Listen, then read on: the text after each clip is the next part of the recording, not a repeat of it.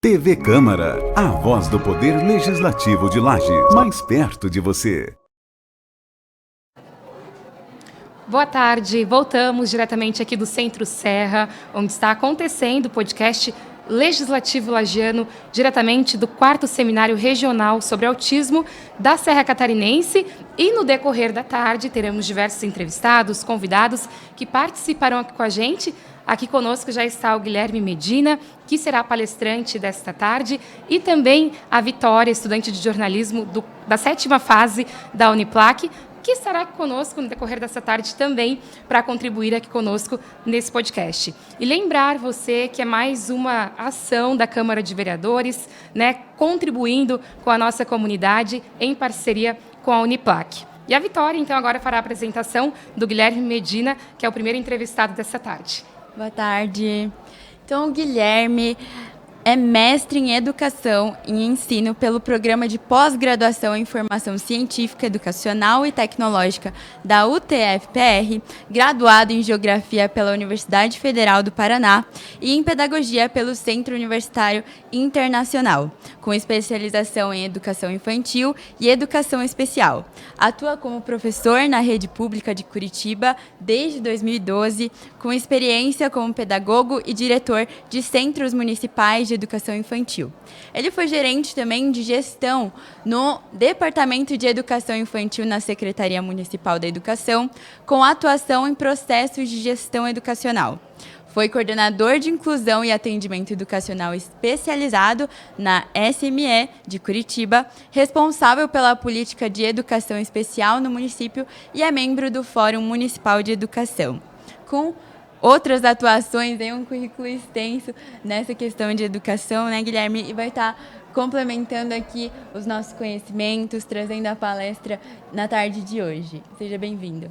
É isso, eu agradeço a apresentação, a acolhida de vocês e me sinto honrado de estar aqui conversando sobre uma temática que é tão importante para todos nós, não apenas para quem de fato está atuando hoje no âmbito educacional.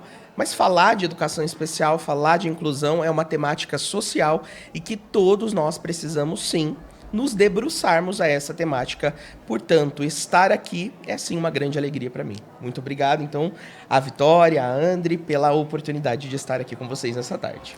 Guilherme, para a gente começar o nosso bate-papo, daqui a pouquinho, então, você estará no palco do Centro Serra, inclusive o pessoal retornando para este evento. Fala um pouquinho para a gente do tema que será abordado, e, de certa forma, reafirmar a importância da educação especial no ensino do nosso Brasil, É isso. Então, hoje, a palestra que nós vamos conversar agora à tarde, com essa imensidão aqui de pessoas que estão presentes aqui nesse evento tão bem organizado, aí, em parceria entre Câmara, entre os nossos deputados e também outros profissionais, a nossa universidade aqui também, já digo nossa porque estou me sentindo em casa, mas a nossa universidade, todas essas pessoas. Bom, à tarde nós falaremos um pouco sobre ensino estruturado.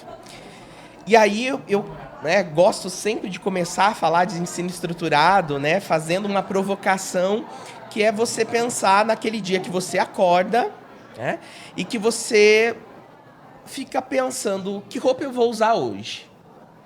E aí quando você abre o teu armário, você vê aquela imensidão e você não consegue achar combinação nenhuma, e você joga as coisas em cima da cama, e aí quando você vai pegar o seu celular para você olhar que horas são, se você não está atrasado, você percebe que o celular está descarregado.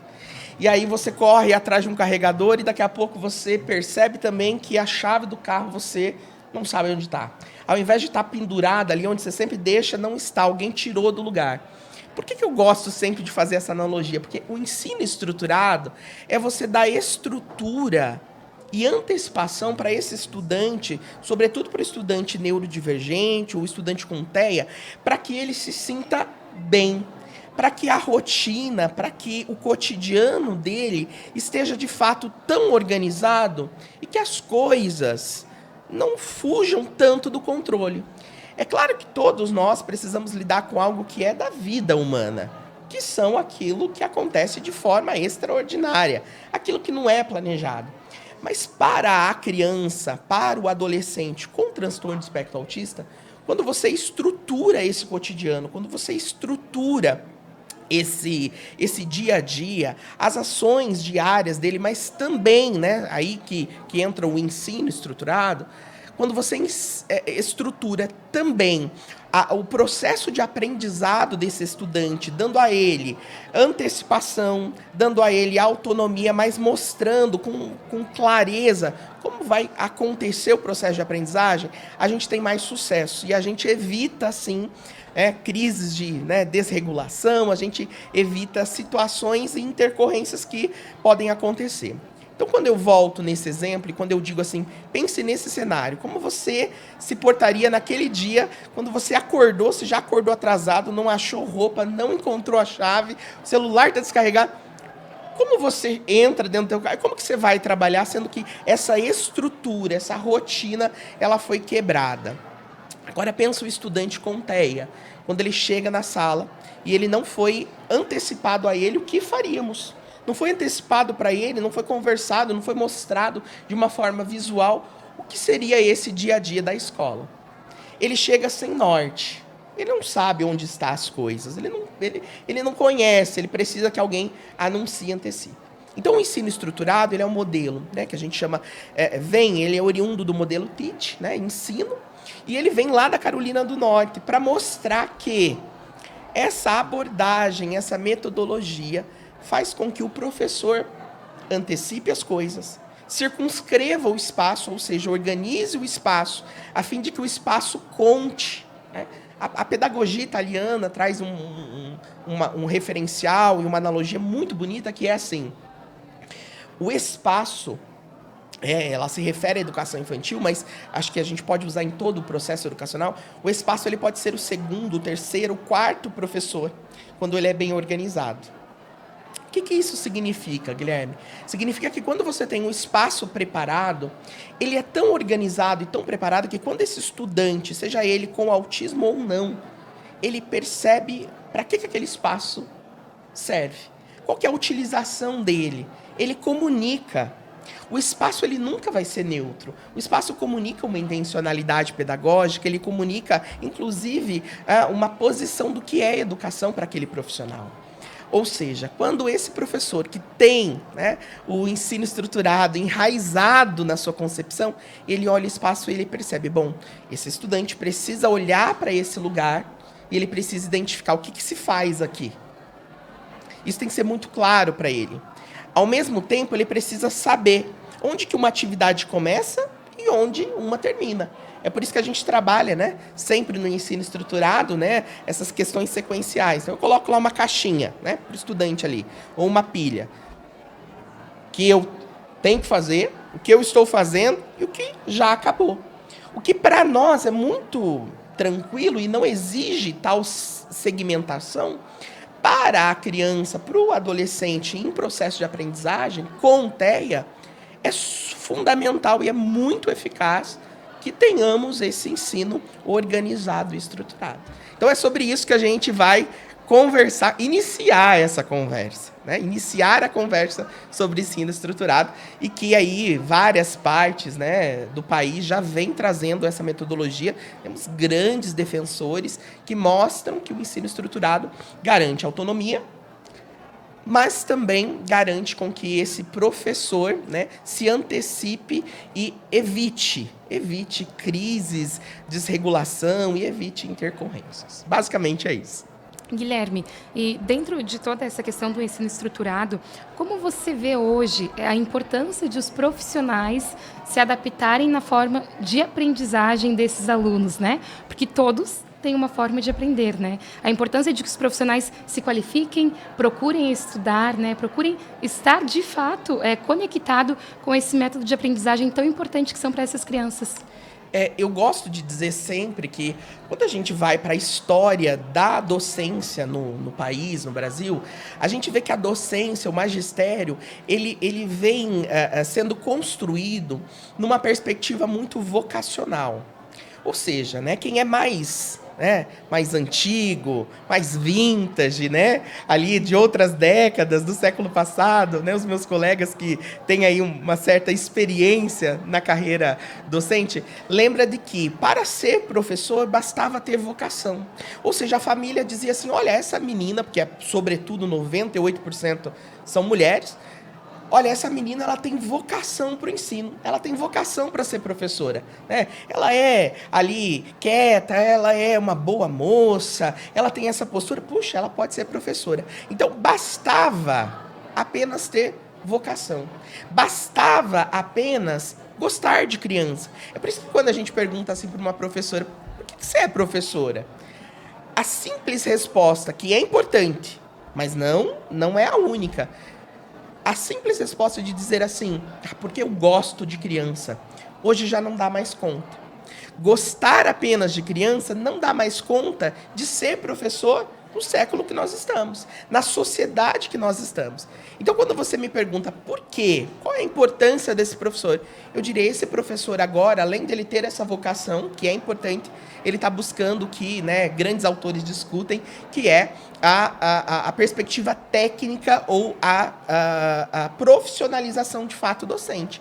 Ele está buscando a técnica. Então, quando a gente atrela vocação, ou seja, eu gosto do que eu faço, eu sou apaixonado por criança, eu me sinto bem com as crianças.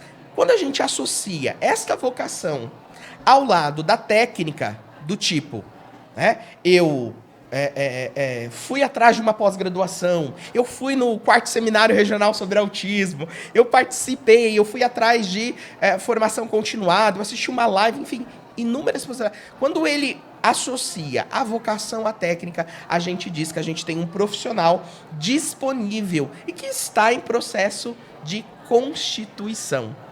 E eu gosto muito de usar esse verbo, que é o verbo constituir-se. O professor, ele não está pronto, ele não está acabado. O professor está em processo de se constituir professor. E esse processo é um processo contínuo, que exige, né, e que é junto da sua formação inicial, da sua formação docente, da sua formação continuada, de quem você é enquanto pessoa. Então, eu acredito no desenvolvimento humano, acredito que nós somos seres integrados e que a perspectiva profissional, ela está sim atrelada a quem você é enquanto pessoa. Então, quando você associa, quando você encontra tudo isso, a vocação e a técnica, você tem aí um profissional disposto e disponível a entender os processos de ensino e aprendizagem, mas, sobretudo, um professor que está também disponível a aprender sempre. Eu sempre vou dizer assim, eu sempre pergunto para os nossos professores, né? Você está preparado para lidar com a inclusão? Você está preparado para lidar com isso? E muitos vão dizer, não estou preparado. Mas está tudo bem não estar preparado. Mas a pergunta que não está tudo bem é se eu disser assim, mas você tem buscado técnica, você tem buscado conhecimento para se preparar? Se você disser não, aí mora o problema, né? Então, não estar preparado está tudo bem, mas eu preciso estar em busca. E nós, enquanto profissionais da educação, é muito importante que eu perceba as minhas lacunas pedagógicas, as minhas ausências daquilo que eu não sei e que eu liste, que eu faça um checklist. Bom, no meu cotidiano, como professor, o que eu não sei? O que eu não sei como professor? Todos nós temos ausência de saberes.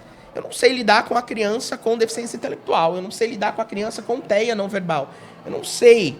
Bom, você lista isso, e a partir dessas fragilidades pedagógicas que você identificou, a partir dessas questões que você percebe que você não domina, aí eu vou buscar o conhecimento. Então, quando a gente vê assim, um seminário tão organizado, tão bonito, e professores tão felizes por estar aqui, sem utopia nenhuma, porque eu não preciso disso, mas meu coração fica muito feliz, porque eu encontro profissionais que admitiram que eu não sei, mas eu quero saber.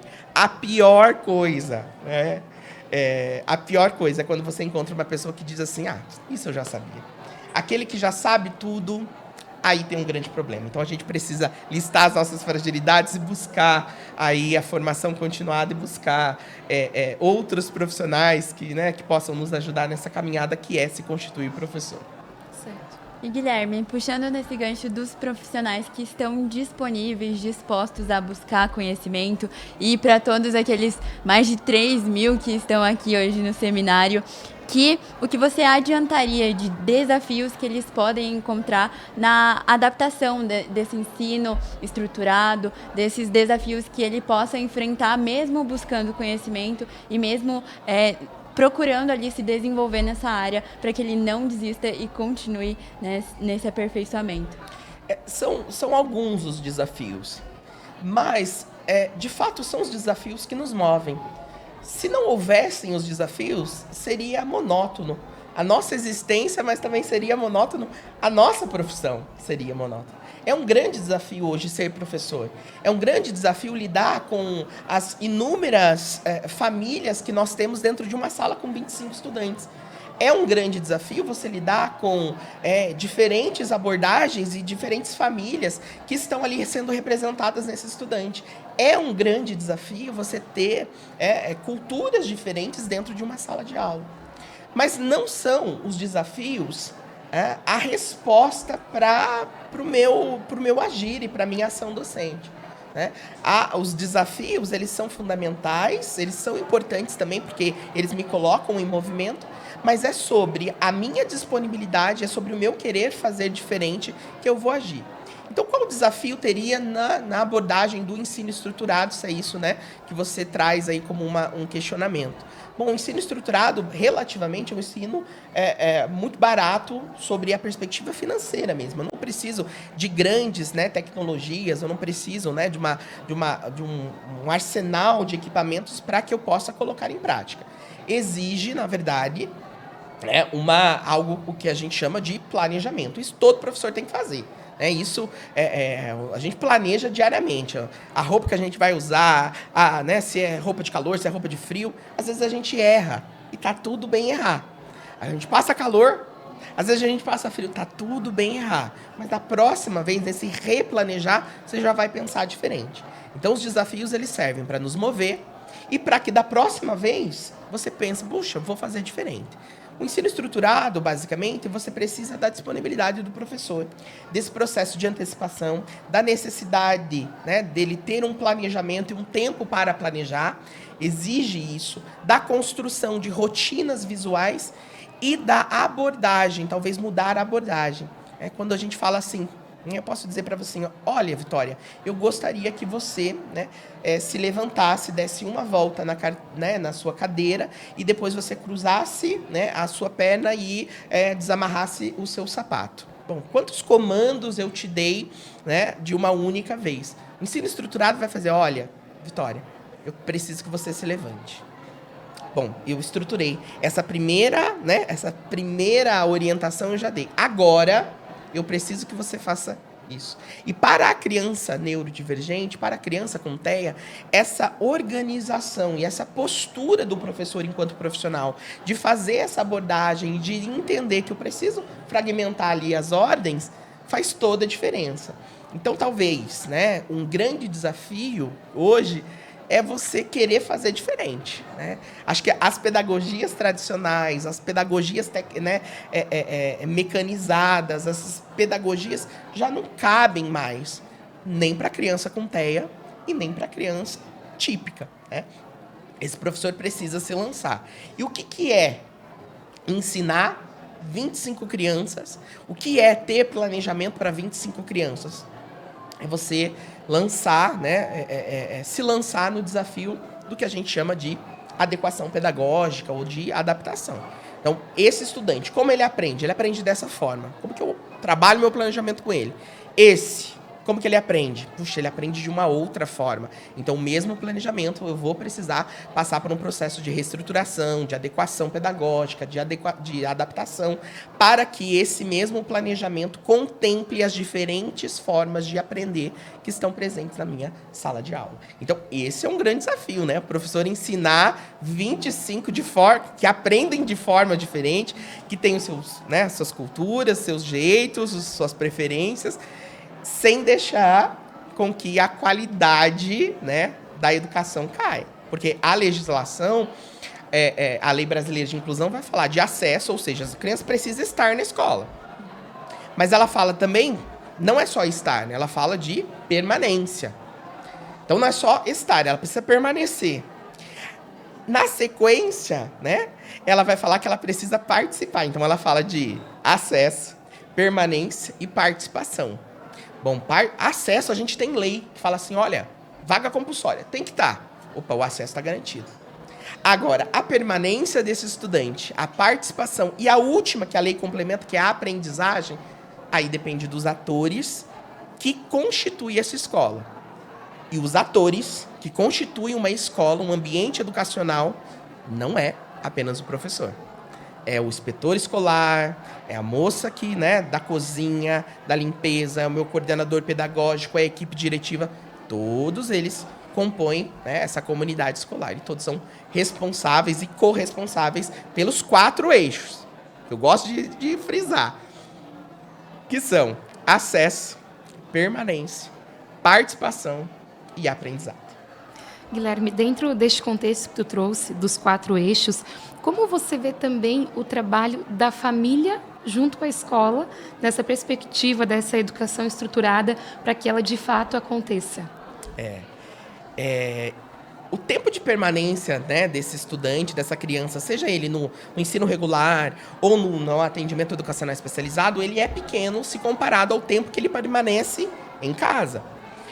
Se para a criança, né, típica, é fundamental que a escola e a família tenham a mesma linguagem, para a criança atípica é o dobro de fundamental. É muitíssimo importante. Então, a família ela precisa estar inserida nesse processo de ensino e aprendizado. A família ela precisa estar na escola mais vezes. Então, dou um exemplo claro. Se eu chamo a família da criança típica 2 ou 3 vezes ali no bimestre, né, a criança atípica precisa até 5, 6 vezes. Ela tem que ser chamada mais vezes. Ela precisa ser contado para ela. E essa é uma atribuição e um dever ético que nós, enquanto instituição de educação, temos com essa família. Essa família ela precisa ser, né, muito para ela, tem que estar muito claro o que fazemos enquanto educação, o que estamos ofertando e também, né, assumir a sua responsabilidade. É por isso que, né, documentos como o PEI e o Parecer 50, que, né, vai ter uma palestra hoje sobre isso, é muito importante. O Parecer 50 e o PEI, ele traz o quê? A responsabilidade contínua de todos. A escola é responsável por esse ensino estruturado e pelo aprendizado do estudante. A família também é. E a equipe clínica, a equipe de saúde também é. Então, essa tríade é o que compõe. Quando você me pergunta sobre a família, nós temos famílias muito participativa, mas nós temos famílias que acreditam que esse processo de ensino cabe apenas à escola, quando na verdade não. Cabe a essa tríade. Todo mundo precisa se unir para que esse estudante seja alfabetizado, para que esse estudante seja letrado matematicamente, para que esse estudante conheça áreas do conhecimento e que possa ter uma vida com autonomia. É isso para isso que a escola serve. A escola serve para aprender. Muitas vezes nós, enquanto professores, nós estamos assim preocupados porque a gente percebe assim, poxa, você não está aprendendo. Guilherme, ele está aqui, mas ele não está aprendendo. É porque muitas vezes aprender está associado, ligado aos conteúdos descritivos em um currículo, né, aos conteúdos sistematizados pela humanidade. Mas quando ele aprende a abrir uma embalagem, quando ele aprende a amarrar o seu sapato, quando ele aprende a ir ao banheiro sozinho, e a escola contribuiu com essa aprendizagem, já é motivo de muita celebração. Então, nós precisamos, inclusive, mostrar para as famílias que, para além dos conteúdos que a escola ensina, a escola também está disposta e disponível a ensinar habilidades de vida. Se eu pergunto para vocês são jornalistas, se eu pergunto para você o que é movimento retilíneo uniforme, você aprendeu isso no ensino médio? Eu aprendi isso no ensino médio. Talvez a gente não lembre o que é, qual a fórmula, né, lá da física, como que se calcula isso. Mas quando eu pergunto para você, você consegue ir ao banheiro com autonomia? Você consegue comer sozinho? São aprendizagens que perduram durante a vida toda, que pode ser, pode passar anos e você lembra. Então, se a escola, muitas vezes, se concentrar com esse estudante, às vezes nível 2, nível 3 de suporte, a auxiliar esse estudante a amarrar o sapato é uma aprendizagem que fica. E tem um grande autor que eu gosto muito, que é o Bondiala Rossi. E o Bondiala Rossi, ele diz algo que, para mim, me marca muito. Todas as vezes que, né, eu vou palestrar, eu tenho que usar esse autor. Ele diz assim: na nossa vida, muita coisa passa, mas pouca coisa perpassa, permanece e fica. Se eu for pensar, se eu fizer uma pergunta para vocês, quantos professores por vocês passaram? Por nós passamos. Eu passei pela vida de tantas pessoas, mas eu também tive muitos professores. Mas muitos passaram, poucos perpassaram, poucos ficaram, poucos geraram memória.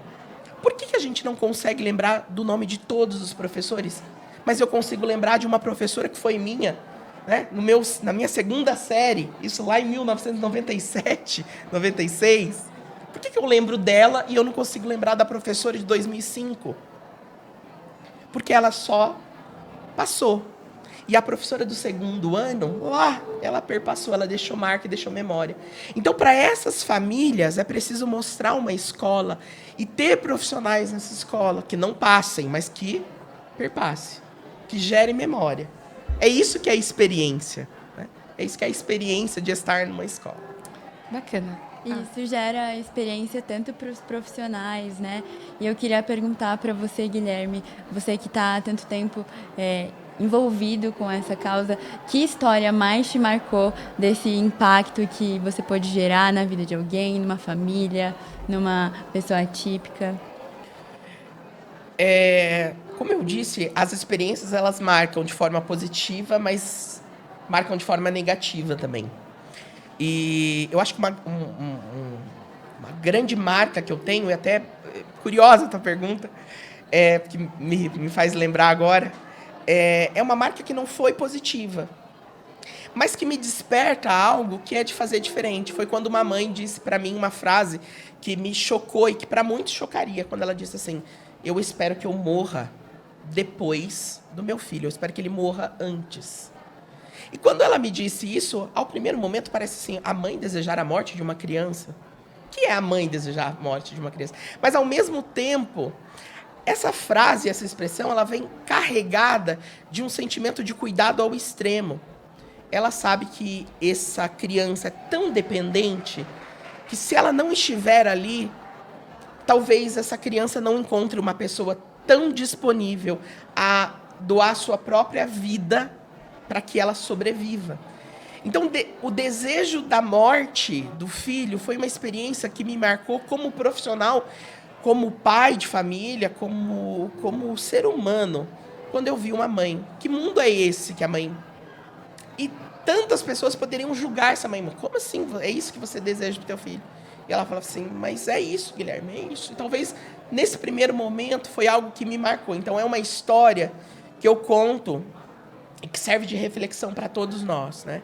Qual o nível de amor é tão grande, é tão alto, que eu prefiro a morte do que, né, ele depende tanto de mim. Então, é uma experiência e uma frase que marca e que fica, né? A gente fica remoendo ainda há um bom tempo e lutar e fazer política pública, fazer, de alguma forma, contribuir para tudo isso, eu acho que é a resposta que eu tenho para essa mãe. Mãe, mesmo que você falte, vamos tentar ter política pública, vamos tentar ter centros de acolhimento, vamos tentar ter professores que abracem essa mãe e falar, eu tô com você, vamos tentar ter profissional que também abraça, vamos tentar ter governantes que abracem essa causa. Não, mãe, tô com você, teu filho não vai ficar desamparado, não vai ficar...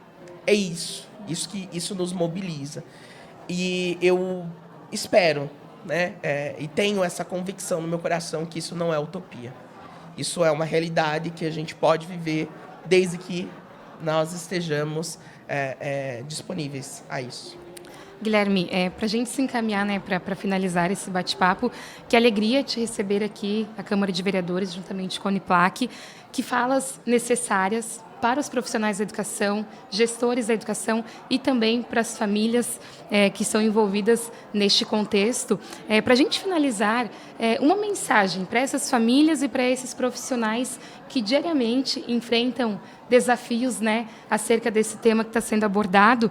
E a gente não pode se estender muito, mas, assim, você falou um pouquinho das políticas públicas e era justamente isso que eu gostaria que você falasse, da importância dessa mobilização, que existam políticas públicas para, de certa forma, acolher essas famílias e também esses profissionais que todos os dias, né, chegam no seu ambiente de trabalho e, às vezes, pensam, como eu vou lidar hoje? De que forma eu vou fazer para que essas crianças tenham uma aprendizagem aí adequada, para que elas aprendam de verdade? A gente precisa pensar em políticas de governo e não políticas de gestão, né? Ainda é muito triste quando a gente percebe que, enquanto dura-se um mandato, algo acontece. Depois, quando esse mandato termina, essa proposta, essa política, ela passa por um processo de reestruturação, ela ganha outro nome, ela ganha uma outra cara. Não, o que estava sendo feito não era o suficiente, agora a gente vai fazer diferente. Essas rupturas na política pública, em todas elas, tá? Em todas, na saúde, na educação, em todas. Mas quando a gente fala de criança com deficiência, quando a gente fala de estudante com deficiência, eles não têm tempo. A intervenção precoce não espera um político colocar a casa em ordem. A deficiência e o suporte que esse estudante precisa, não dá para esperar primeiro pagar as contas públicas que o prefeito anterior deixou, que o governador anterior deixou, para daí a gente pensar. Não dá tempo. É por isso que a gente precisa pensar em políticas públicas de governo que se estendam e que não passem, que não sejam cortadas, fragmentadas a cada nova gestão. Isso em todas as esferas, seja no âmbito municipal, estadual, federal. Não é o nome de um programa, não é o nome de um projeto, mas é sobre uma política de fato que funcione. E quando a gente fala, né, da política, né, pública de educação especial, a gente fala de algo que exige investimento financeiro. Não é algo barato. Se olhar aquele sujeito, né, com TEA que precisa de um professor especializado, precisa de um professor de AE, precisa do segundo professor, precisa de uma fono, uma TO, precisa de uma psico, precisa de tantos suportes. Eu não vou dizer para você que é fácil, não é. Enquanto gestor público, isso é caro para o município. Só que fechar os olhos para essa necessidade ou fingir que elas não existem é uma crueldade. Então, a gente precisa pensar nessas políticas públicas e precisamos pensar com que elas, né, se estendam, não, né, em uma única gestão, mas que, de fato, elas sejam aí validadas e sejam perenes. E a mensagem, né, já encerrando, mas a mensagem que eu deixo para as famílias e para os profissionais é que não é uma utopia o que a gente está falando. Não é uma utopia dizer que a gente espera que a sociedade ela seja mais inclusiva. Não é algo impossível com que isso aconteça. Estamos longe? Talvez. Mas o que a gente não pode é ficar parado. Fingir com que, né, não está acontecendo nada. Fingir, né, de que os dados mostram para a gente que a cada 32 nascidos, um está nascendo com autismo. Isso é um dado muito relevante para qualquer política pública, para qualquer governante. Fingir que essa crescência, fingir que esse crescimento está atingindo a escola, a saúde, a assistência social, não é a saída. Então, a gente precisa, sim, colocar aí, de fato, né, mãos dadas entre essa articulação entre os poderes. Por isso que é muito legal quando a gente tem vereadores que conversem com os deputados, que se estão alinhados com os deputados estaduais, federais, com os nossos senadores, com os governadores, né, e com o âmbito federal, para que essas políticas elas perpassem e que possa atingir e de fato assegurar o direito à criança e ao adolescente com deficiência. E a mensagem que eu deixo é para todas as famílias e para os nossos profissionais. Vamos acreditar que a gente um dia chega lá. Eu queria muito dizer assim, estamos caminhando para que daqui 5 anos a nossa sociedade seja inclusiva. Mas, para ser inclusivo, a gente precisa quebrar um paradigma muito grande. E a quebra de qualquer paradigma social, ela leva tempo. Né? O paradigma social, né, étnico-racial, a gente ainda está quebrando. Né? E o da inclusão, a gente está caminhando para isso. E eu acredito, confio, levanto essa causa, gosto disso, sou motivado por essa defesa e tenho encontrado pessoas, como encontrei aqui hoje, pessoas que também desejam e querem. Então, famílias, cobrem os seus direitos, mas saibam de que nós estamos aprendendo também. Cobrem os seus direitos na escola, mas saiba que o professor também está em processo de se constituir um professor inclusivo. E talvez você, família, que lida diariamente com esse estudante, talvez seja o professor desse professor, mostrando para ele como fazer. E a gente está disposto e disponível a aprender uns com os outros nessa sociedade que a gente vislumbra, inclusive. Guilherme, muito obrigada. Não tenho dúvidas que a gente poderia ficar uma tarde toda aqui conversando sobre esse tema, sobre o ensino estruturado. Parabéns pelo belo trabalho que você faz na tua cidade, no teu estado. E a gente vai continuar aqui no decorrer da tarde. Já já teremos outras conversas, bate-papo com profissionais da área e também com famílias. E a Vitória continue com a gente também no decorrer da tarde. Obrigada, Vitória. Obrigada. Já já a gente volta. TV Câmara, a voz do Poder Legislativo de Lages, mais perto de você.